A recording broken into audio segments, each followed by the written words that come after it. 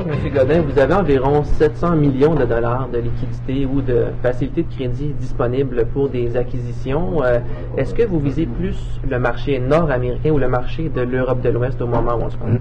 En fait, comme Mike nous a dit, c'est que les priorités, c'est de continuer à augmenter notre masse critique aux États-Unis.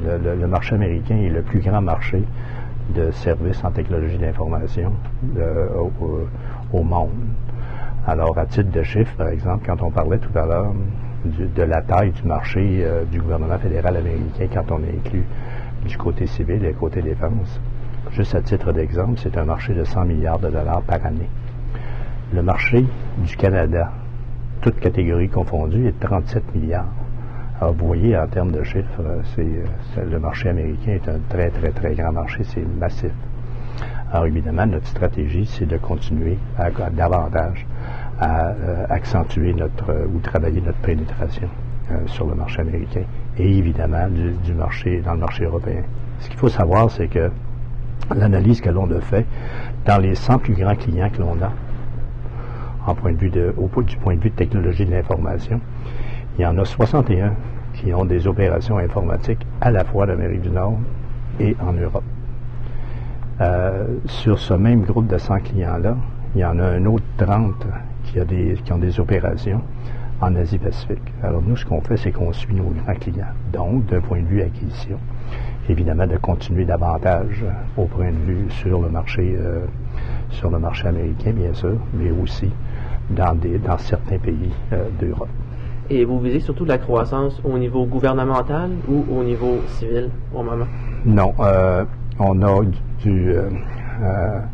si vous regardez CGI dans son ensemble, depuis des années, on a toujours visé 65% du côté commercial, 35% du côté gouvernemental. Là, évidemment, en faisant l'acquisition de Stanley, qui était un joueur pur dans le marché gouvernemental, bien là, évidemment, ça a augmenté un tant soit peu notre revenu provenant des gouvernements.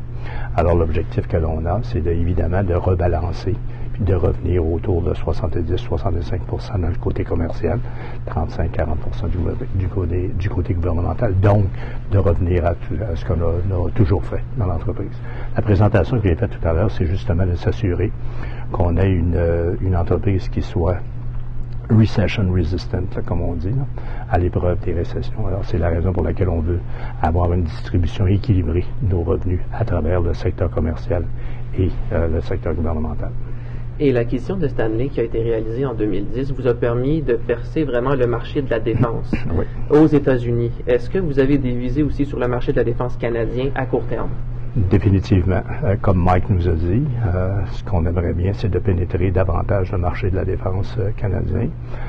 On a de très, très fortes expertises sur le marché américain. Alors, l'idée, c'est de s'inscrire là, vraiment comme étant un joueur important aussi sur le côté de la défense auprès du gouvernement canadien. Et un autre secteur de croissance, peut-être, vous avez parlé de l'informatique en nuage. Qu'est-ce que vous voyez de ce côté-là pour les entreprises canadiennes, peut-être les entreprises nord-américaines? Est-ce que vous pensez que ça va être un gros secteur de croissance en 2011? Ça, c'est l'évolution technologique comme on a l'habitude de l'avoir. La technologie va très, très rapidement. Il faut voir l'informatique en nuage comme étant une nouvelle technique pour emmagasinage de données et emmagasinage de logiciels. Alors, pour nous, évidemment, étant donné qu'on a des grands centres de traitement à très forte capacité, alors évidemment, c'est une offre qui s'inscrit naturellement dans notre gamme de services et c'est business as usual pour nous. Merci beaucoup, M. Godin. Avec plaisir.